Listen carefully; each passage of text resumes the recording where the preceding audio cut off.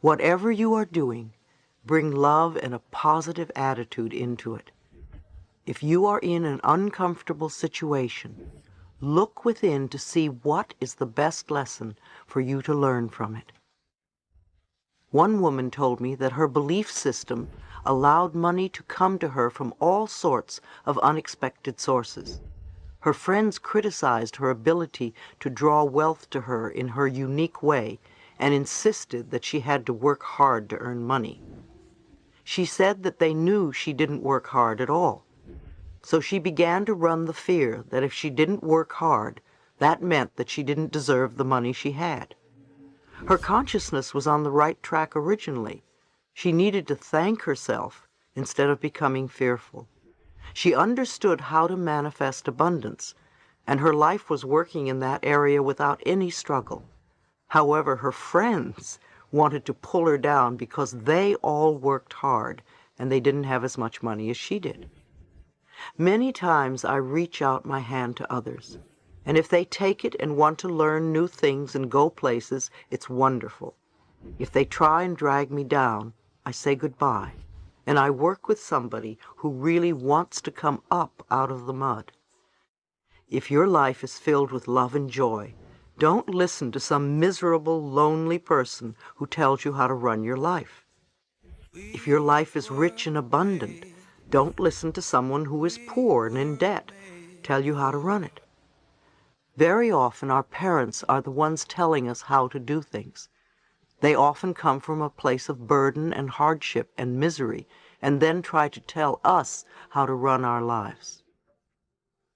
Many people worry about the economy and believe they will either earn or lose money due to the economic situation at present. However, the economy is always moving up and down. So it doesn't matter what is happening out there or what others do to change the economy. We are not stuck because of the economy. No matter what is happening out there in the world, it only matters what you believe about yourself. If you have a fear about becoming homeless, ask yourself, where am I not at home within myself? Where do I feel abandoned? What do I need to do to experience inner peace? All outer experiences reflect inner beliefs. I have long used the affirmation, my income is constantly increasing. Another affirmation I like is, I go beyond my parents' income level. You see, you have a right to earn more than your parents did. It's almost a necessity as things cost more now. Women especially experience a lot of conflict with this one. Often they find it difficult to earn more than their fathers are earning. They need to go beyond their feelings of not deserving and accept the abundance of financial wealth that is their divine right. Your job is only one of many channels of an infinite source of money. Money is not the object of your right work. Money can come to you in many ways and from many avenues. No matter how it comes, accept it with joy and as a gift from the universe. A young lady was complaining that her in-laws were buying her new baby all sorts of nice things, and she could not afford to buy anything. I reminded her that the universe wanted that baby to be well supplied with an abundance of all good, and used the in-laws as a channel to supply it. She then could be grateful and appreciate the way in which the universe was providing for her baby. Relationships on the job. The relationships we create at work are similar to the relationships we have as a family. They can be healthy or they can be dysfunctional. A woman once asked me, as a person who is usually positive, how do I deal with people in a work environment who are constantly negative? First of all, I thought it interesting that she was in a work environment where everybody was negative when she said she was positive. I wondered why she was attracting negativity to her. Perhaps there was some negativity within her that she did not recognize. I suggested that she start to believe for herself that she always worked in an area where it was peaceful and joyful, where people really appreciated each other and life as a whole, where there was respect on all sides.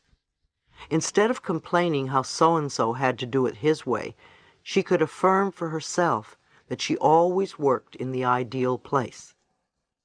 By adopting this philosophy, she could either help bring out the best qualities in others, because they would be responding differently to her inner changes, or she would find herself in another work arena where the conditions would be as she declared. A man once told me that when he started his job, he had all these incredible instincts, and his job was wonderful and sailed along smoothly. He was precise, direct, and satisfied. Suddenly he began to make mistakes every day, and I asked him what he was frightened of. Could it be an old childhood fear that was surfacing? Was there someone at work with whom he was angry, or was he trying to get even with somebody? Did that person remind him of one of his parents? Had this happened in other jobs? It seemed to me that he was creating some chaos at work because of an old belief system. He recognized that it was an old family pattern where he was ridiculed every time he made a mistake. I suggested that he forgive his family and affirm that he now has wonderful, harmonious relationships at work where people totally respect him and appreciate everything he does. When you think of your coworkers, don't think, oh, they're so negative. Everybody has every quality in them, so respond to the good qualities that are in them and respect their peacefulness instead. When you can focus on these qualities, they will rise to the surface. If others are constantly saying negative things, don't pay attention. You want to change your consciousness. Since they are reflecting something negative within you, when your consciousness really changes, negative people won't be around very much. Even if you feel frustrated, start affirming what you want to have in your workspace. Then accept it with joy and thanksgiving. One woman had an opportunity at work to do what she loved and to grow from the experience. However, she would constantly get sick and sabotage herself. She recalled that when she was a child, she was always getting sick because it was her way of getting love and affection.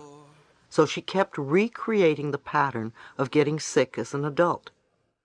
What she needed to learn was how to get love and affection in a more positive way. When anything went wrong at work, she went right back to being the 5-year-old girl. So when she began to take care of her little inner child, she also learned to feel safe and to accept her power. Competition and comparison are two major stumbling blocks to your creativity. Your uniqueness sets you apart from all others. There has never been another person like you since time began. So what is there to compare or compete with? Comparison either makes you feel superior or inferior, which are expressions of your ego, your limited mind thinking. If you are going to compare to make yourself feel a little bit better, then you are saying somebody else isn't good enough. If you put others down, you may think you will raise yourself up. What you really do is put yourself in a position to be criticized by others. We all do this on some level, and it's good when we can transcend it. Becoming enlightened is to go within and shine the light upon yourself so that you can dissolve whatever darkness is in there. I want to say again that everything changes, and what was perfect for you once may not be anymore. In order for you to keep changing and growing, you keep going within and listening for that which is right for you in the here and now. Changing the way we do business. For the past several years, I've owned my own business. My motto has been that we open the mail and answer the phone and handle what is in front of us, and there is always plenty to do. As we did this day by day, the business grew from a few people to well over 20 employees. We established our business on spiritual principles, using affirmations to open and close meetings. We realized that many other businesses ran on competition, often condemning others, or greed, and we did not want to put that energy out to others, knowing that it would come back to us. We decided that if we were going to live by the philosophy, we were not going to operate under the old concepts of doing business. If problems arose, we would spend time affirming what we wanted to change. We also had a soundproof screaming room where employees could let off steam without being heard or judged. It was also a place where they could meditate or relax, and we supplied it with plenty of tapes for people to listen to. It became a safe haven in times of difficulty. I remember a time when we were having many problems with our computer system, and every day something would break down. Because I believe machines reflect our consciousness, I realized that many of us were sending negative energy to the computers, and we were expecting them to constantly break down. I had an affirmation programmed into the computer. Good morning. How are you today? I work well when I am loved, and I love you. In the morning, when everyone turned on their computers, that message would appear. It's amazing how we had no more problems with our computers. Sometimes we think of things that happen, especially at work, as disasters. But we must look at them for what they are, simply life experiences that always teach us something. I know that I have never had a disaster that did not end up a good learning experience in the end, often moving me to a much better level in life. For instance, recently my company, Hay House, was not doing so well. Like the economy, our sales would go up and down, and it appeared that sales were down and staying that way, at least for the moment. However, we did not adjust to that, and month after month we were spending more than we took in. Anyone who has owned a business knows that that is not the way to do it. Eventually it looked as if I would lose my business if I didn't take some drastic measures. Those drastic measures included letting go of over half my staff. You can imagine how difficult it was for me to do that. I remember walking into the conference room where all my staff had gathered to deliver the news. I was in tears, but I knew it had to be done. As difficult as it was for all of us, I also trusted that my much-loved employees would soon find new and better jobs, and almost all of them have. Some of them have even started their own businesses and are very successful. At the darkest time, I kept knowing and affirming that this experience would turn out to be for the highest good of all concerned. Of course, everyone else assumed the worst. Rumors were flying that Hay House was belly up, not just within the people I knew, but all over the country. Our sales staff were surprised that so many business people even knew about our company, let alone its financial condition. I have to admit that we took great joy in proving these forecasts wrong. By tightening our belts tremendously, we didn't go belly up. With our smaller staff, and each of us determined to make it work, we've come through it very well. But most importantly, we have learned a lot. In the meantime, Hay House is now doing better than ever. My staff is enjoying their work, and I am enjoying my staff. Even though we are all working harder, the interesting thing is that no one feels that they have too much work to do. We are even getting more books out than we ever had, and are attracting much more prosperity in all areas of our lives. I believe that everything does work out for the best in the end, but sometimes it is hard to see that while you are going through the experience. Think of a negative experience that may have happened to you in your work or in your past in general. Perhaps you were fired, or maybe your spouse left you. Now go beyond it and take a look at the big picture. Didn't many good things happen as a result of that experience? I've heard so many times, yes, that was a horrible thing that happened to me, but if it hadn't, I would never have met so-and-so, or start my own business, or admit that I had an addiction, or learn to love myself. By trusting the divine intelligence to let us experience life in the way that is best for us, we empower ourselves to actually enjoy everything that life has to offer, the good as well as the so-called bad.